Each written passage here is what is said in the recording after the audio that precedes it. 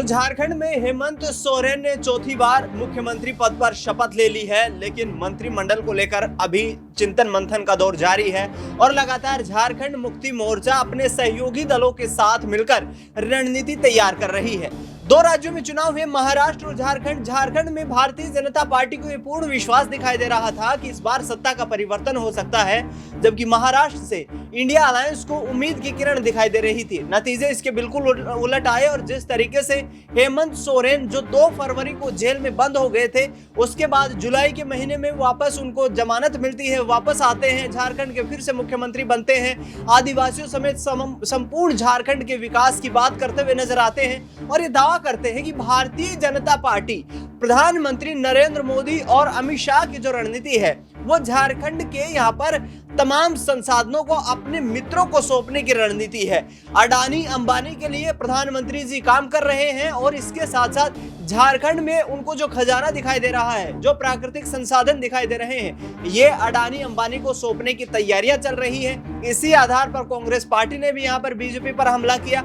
और झारखंड में सरकार बनाने में कामयाब रहे। लेकिन बड़ा सवाल अमन जी ये खड़ा होता है कि चंपई सोरेन और यहाँ पर सीता सोरेन का क्या इंटेंट रहने वाला है। बीजेपी में यहाँ पर सत्ता में न आने के कारण कोई भी यहाँ पर जिम्मेदारियां मिलना यहाँ पर नामुमकिन दिखाई दे रहा है, तो क्या वापस झारखंड मुक्ति मोर्चा में वापस करते हुए नजर आएंगे, वापसी करते हुए नजर आएंगे? देखिए दिनेश जी, महत्वपूर्ण बात यह है कि चंपई सोरेन को जिस तरह से बीजेपी अपने साथ लेकर गई, उस वक्त ऐसा लगा कि हो सकता है बड़ा इम्पैक्ट यहाँ पर क्रिएट होता हुआ नजर आया, क्योंकि झारखंड में जिस तरह का माहौल बना उसमें आपने देखा कि कई तरह के करप्शन के आरोप हेमंत सोरेन के ऊपर लगते हुए नजर आए। कई तरह की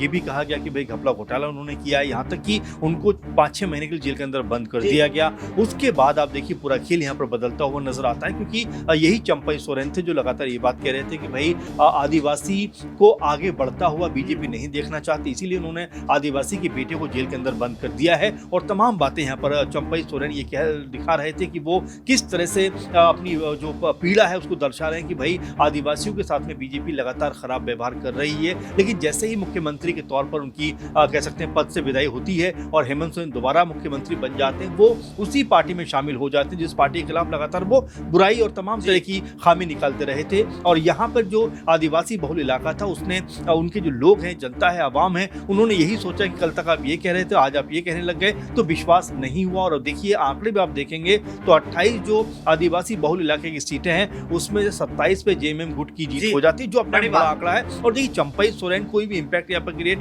नहीं कर पाए बीजेपी की तरफ से। और बीजेपी के अंदर अब इस बात को लेकर लगातार चर्चा है कि चंपई सोरेन को लेकर चलना बेहतर होगा, क्योंकि चंपई सोरेन कहते हैं कि मैं अकेली लड़ाई लड़ता हुआ नजर आऊंगा। आप देखिए कि अकेली लड़ाई लड़ता हुआ नजर आऊंगा, यानी कि बीजेपी कहीं ना कहीं उनसे अपना दामन छुड़ाती हुई दिखाई पड़ रही थी। कि 2-3 चीज अगर आप देखेंगे कि यहाँ पर अगर हम चंपई सोरेन की भूमिका देखें तो क्या चंपई सोरेन नेता प्रतिपक्ष बन सकते हैं? देखिए बहुत बड़ा मसला यहाँ पर बन जाएगा कि यहाँ पर बीजेपी के कई बड़े नेता हैं जो बिल्कुल भी नहीं चाहेंगे कि चंपई सोरेन, जिनकी वजह से बीजेपी बजाय बढ़ने के और घट गई, वो चंपई सोरेन जो है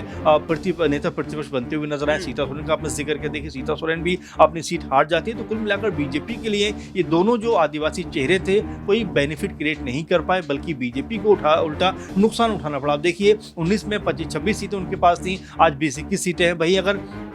हम जेएमएम की बात करें तो 19 में उनके पास आई थिंक 30 सीटें थी, आज उनके पास बढ़कर 34-35 सीटें हो गई। तो ये अपने आप में बताता है कि कोई भी नुकसान यहाँ पर जेएमएम को नहीं हुआ है सीता सोरेन और चंपई सोरेन के जाने का, बल्कि बीजेपी को उल्टा नुकसान हो गया अपनी पार्टी में उनको लेने का। अब यहाँ से जो राजनीतिक रंग है वो कैसे बदलता हुआ नजर आएगा, क्या वाकई में इन दोनों की वापसी जेएमएम में होती हुई दिखाई पड़ेगी या फिर कोई अलग दल भी बनाते हुए नजर आ सकते हैं? इसके दो मैं आपको बात बताता हूँ कि जिस तरह सीता सोरेन की बेटियों का संगठन बना हुआ है, जो अभी नॉन पॉलिटिकल संगठन है, जो दुर्गा सोरेन उनके पति और इन दोनों बेटियों के पिता के नाम पे बना हुआ है, तो हो सकता है ये पॉलिटिकल एक दल बनता हुआ दिखाई पड़े, क्योंकि हर जिले में कहीं ना कहीं शाखा नजर आती है। इसके अलावा चंपई सोरेन की बात करें तो देखिए चंपई सोरेन को भी ये बात कहेगी दिनेश जी कि बेहतर ये होता है कि उन्होंने जिस तरह की राजनीति की है, लगभग 30 से 35 साल उन्होंने जेएमएम के साथ रहकर कहीं ना कहीं झारखंड को अलग राज्य बनाने का संघर्ष किया, फिर सरकार बनी, सरकार मंत्री भी रहे, एमएलए रहे, मुख्यमंत्री भी रहे, और इतना सब करने के बाद जिस तरह से बीजेपी के अंदर वो शामिल हुए।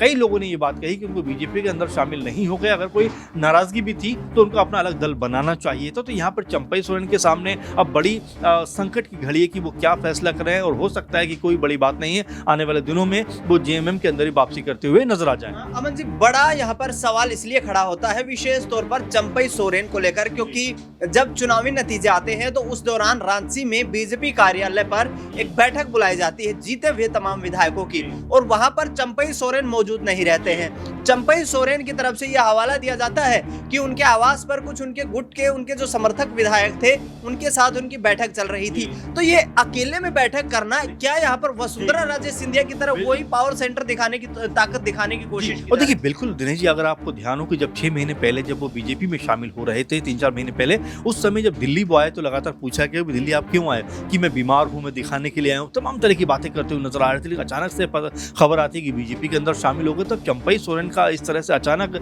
रुख बदलना और इस तरह की बैठक में नहीं पहुंचना, दिनेश जी आप स्पष्ट मानकर चलिए कि बीजेपी से उनकी नाराजगी बढ़ती हुई दिखाई पड़ रही, क्योंकि बीजेपी के अंदर चंपई सोरेन को लेकर एक बड़ी खामोशी और कह सकते हैं मातम का जैसा माहौल है। क्योंकि बीजेपी ये सोच रही थी कि भाई चंपई सोरेन के सहारे हमें आदिवासी वोट तो कम से कम मिलेंगे, कम से कम हम एक बड़ा कह सकते हैं इम्पैक्ट तो क्रिएट करेंगे, लेकिन उल्टा इसका होता हुआ दिखाई पड़ा। जो रणनीति बीजेपी बना रही थी वो उनके ऊपर भारी पड़ती हुई नजर आई, क्योंकि आदिवासी लोगों ने बीजेपी को वोट नहीं दिया, और बीजेपी यहाँ पर जो सपने संजो रही थी उसको खुद बीजेपी ने अपनी वजह से कहीं ना कहीं तोड़ने का काम किया। और यहाँ पर चंपई सोरेन शायद इससे सबसे बड़ी वजह माने जा रहे हैं, क्योंकि चंपई सोरेन को बीजेपी बड़ा एक हीरो बनाकर लेके आई थी कि भाई चंपई सोरेन बहुत बड़ा अंतर पैदा करने वाले। लेकिन जब रिजल्ट सामने आते हैं दिनेश जी, तो पता ये लगता है कि चंपई सोरेन की वजह से, या ये भी कहा जा सकता है कि चंपई सोरेन को बीजेपी ने अपनी पार्टी में लेकर कहीं ना कहीं जो अपने पास सीटें थी वो भी कहीं गंवाने का काम किया। कांग्रेस पार्टी और इसके साथ साथ आरजेडी देखे तो अच्छा प्रदर्शन रहा है दोनों पार्टियों का झारखंड में। क्या यहाँ पर हेमंत सोरेन को पूर्ण समर्थन कर पाएगी कांग्रेस पार्टी, क्योंकि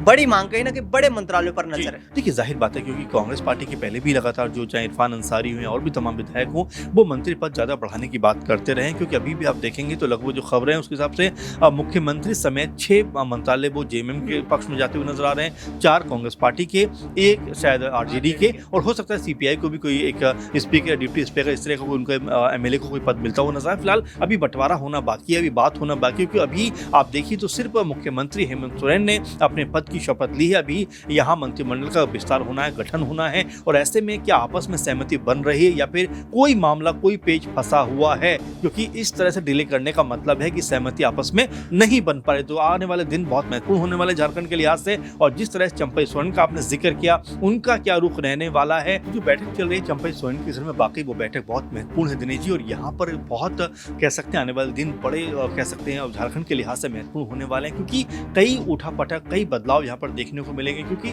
आपने देखा भी कि जिस तरह की चीजें इलेक्शन से पहले हुई, अब इलेक्शन के बाद भी उसमें उथल पुथल मचना तय है। यहाँ पर सीता सोरेन क्या कदम उठाती हैं, चंपई सोरेन क्या कदम उठाते हैं, और साथ में नेता प्रतिपक्ष बीजेपी की तरफ से कौन बनता है। वहीं अगर मंत्रिमंडल की बात करें तो कौन कौन लोग इसमें शामिल होने वाले हैं, किनको मंत्री पद मिलने वाले हैं, ये तमाम ऐसे सवाल है जो आने वाले दिनों के लिए बहुत अहम, बहुत जरूरी हो जाते हैं। लेकिन फिलहाल झारखंड के लिहाज से देखा जाए तो जो पॉलिटिकल तौर पर हम कह रहे थे कि बीजेपी यहाँ पर बड़ी चुनौती पेश कर सकती है, वो फिलहाल आप कह सकते हैं कहीं भी नजर नहीं आया। और यहाँ पर इसकी जिम्मेदार जो है सीधे तौर पर, या कह सकते हैं कि एक निशाना बनाने के तौर पर कहें तो चंपई सोरेन को लेकर अभी मांग उठ रही है कि उनकी वजह से कहीं ना कहीं बीजेपी को ये हार का मुंह देखना पड़ा है। जल, जंगल और जमीन को बचाने की इस लड़ाई में हम कामयाब हो गए हैं, ये हेमंत सोरेन का कहना है। और उनका साफ तौर पर कहना है कि आगामी वक्त में यहाँ पर झारखंड विकास के नए आयाम स्थापित करता हुआ नजर आएगा। देखना यह होगा कि आखिरकार